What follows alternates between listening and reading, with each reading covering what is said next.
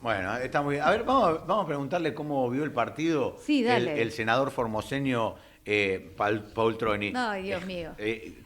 la verdad que debe haber sufrido también un montón. Hola Francisco, ¿cómo está? Buen día, gracias por atendernos. Connie Arches, Alejandro Almendro, los saludamos. Buenos días, Alejandro y equipo. ¿Cómo Bien, están ustedes? bien, bien, gracias, ¿Qué tal? gracias Francisco por atendernos. Bueno, ¿cómo viste el partido? ¿Cómo sufriste La ayer? verdad que, Antes de la entrar al verdad que otro sufrimiento, digo.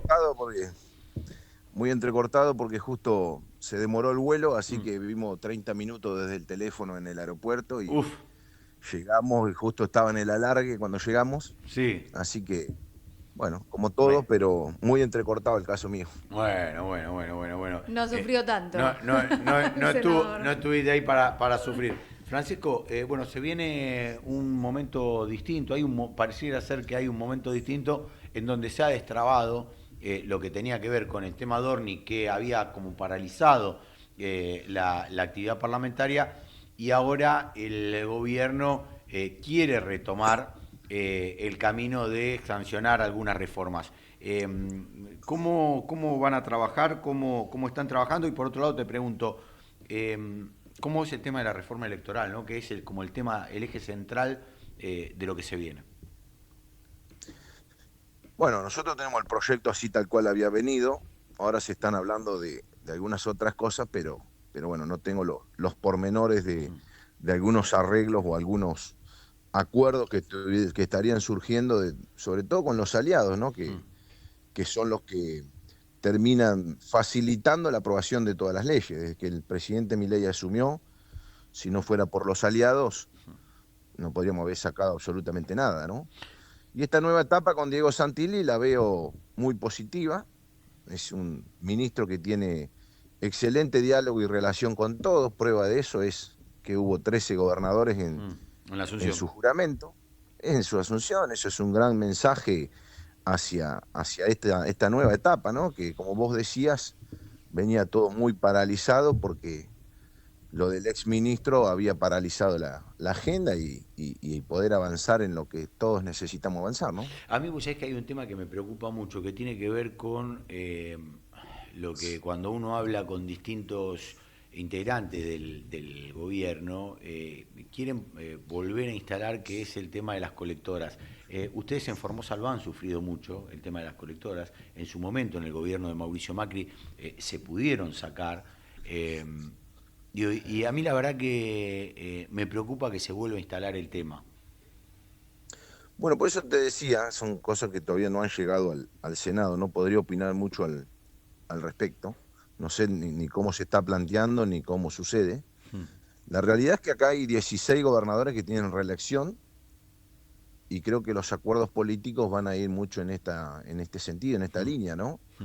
En donde todos desdoblan las elecciones Sí. y la Libertad Avanza hará algún arreglo distrito por distrito para no chocar de frente con aliados que están alineados con las políticas del gobierno del presidente Milei.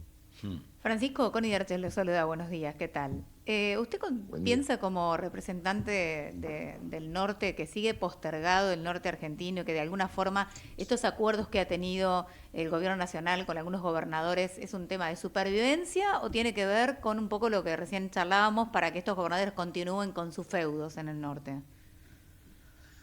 Bueno, feudo en el norte es el de Formosa, donde tenemos un gobernador hace 39 años, donde yo en mi caso ya presenté el proyecto de ley de intervención federal, dado que la Corte ya dijo que en Formosa no se respeta la forma republicana de gobierno. El resto de los casos no hay nada parecido a esto, ¿no? En su momento la Corte interrumpió la reelección de Uñac y de Mansur, como ustedes sabrán, Sí. antes lo había hecho en Santiago del Estero en el 2013, y bueno, caso como el de Formosa, no hay ninguno en 173 años de historia argentina, donde un gobernador desobedece un fallo de la Corte Suprema y donde violó la Constitución Nacional. Y otra Por pregunta eso que decimos que la única salida es esa, ¿no? sí, está bien, ¿no? Y otra pregunta que a mí me inquieta un poco es el veto presidencial como herramienta de gobierno, ¿no? ¿Usted cree que de alguna forma, desde el punto de vista de la coyuntura política, esto fortalece la figura presidencial? ante los mercados, en este caso, o debilita estos puentes en relación a la gobernabilidad dialoguista, de alguna forma, que tiene el gobierno con el resto? Yo creo que hay una nueva etapa, como te decía. Creo que van a surgir muchos acuerdos en esto que falta para las elecciones, que van a permitir la reelección del presidente Milei, sobre todo, que no se vea interrumpida otra vez por un proceso electoral, la recuperación económica, porque esto lo venimos sufriendo desde hace incontable cantidad de años, que cada vez que la Argentina atraviesa por un proceso electoral, se paraliza del todo la economía. Lo vivimos también con la época de Macri. Se acordarán ustedes de lo que fue después de las PASO aquel año, ¿no? Sí, sí. Trágico. Francisco, se vienen temas también importantes en lo que tiene que ver con el Congreso de la Nación, inviolabilidad de la propiedad privada, el tema de la ley de salud mental, el tema del tratamiento de zona fría, Hojarasca también. Y el tema de hojarasca. Sí, me parece que hojarasca lo van a postergar un poquito, pero me parece que esos tres son los primeros temas, más allá de la reforma electoral, que van a ser prioritarios ahora en la agenda. Sin dudas. ¿Cómo se ahora, van a bueno, posicionar? vamos a tener en el Senado una sesión el 16 de julio, Sí. jueves 16. Ahí posiblemente se puedan sacar los pliegos de varios jueces. Sí. También tenemos 5 tratados internacionales con dictamen y, como vos decías, la ley de inviolabilidad de la propiedad privada. Después tenemos el receso invernal, en donde todo el personal de la casa sale las 2 últimas semanas de julio, así que ahí ya entras en agosto para avanzar firmemente en toda esa otra agenda que vos te estabas comentando. También está el de Super Riggi, y bueno, todas de suma importancia, ¿no? Y Francisco, justamente hablaba del tema del nombramiento de jueces. Ha sucedido algo que a todos aquellos que criticábamos en su momento lo que era el accionar de la justicia, demorando algunas de las causas que tenían funcionarios del gobierno anterior, nos preocupa también lo que pasa ahora, cómo justamente que aparten a los querellantes de la causa Libra, cuando justamente el que lo aparta es el juez que está esperando que el gobierno nacional, el presidente de la nación, firme el pliego de su esposa. Digo, se empiezan a cruzar algunos puentes entre lo que pasaba con el gobierno anterior, con lo que está pasando con este gobierno, que al republicanismo, que mucho, y yo por eso preguntaba por el tema de las colectoras, digo, porque cuando nos quejábamos en su momento de que el peronismo utilizaba las colectoras para entronizarse en el poder, los mismos que lo criticamos, hoy no podemos mirar para el costado y no decir que nos preocupa. Y lo de la justicia también es un tema que me preocupa. ¿Cómo lo ves vos? Bueno, para mí, en este caso puntual que vos estás diciendo, no estoy muy al tanto.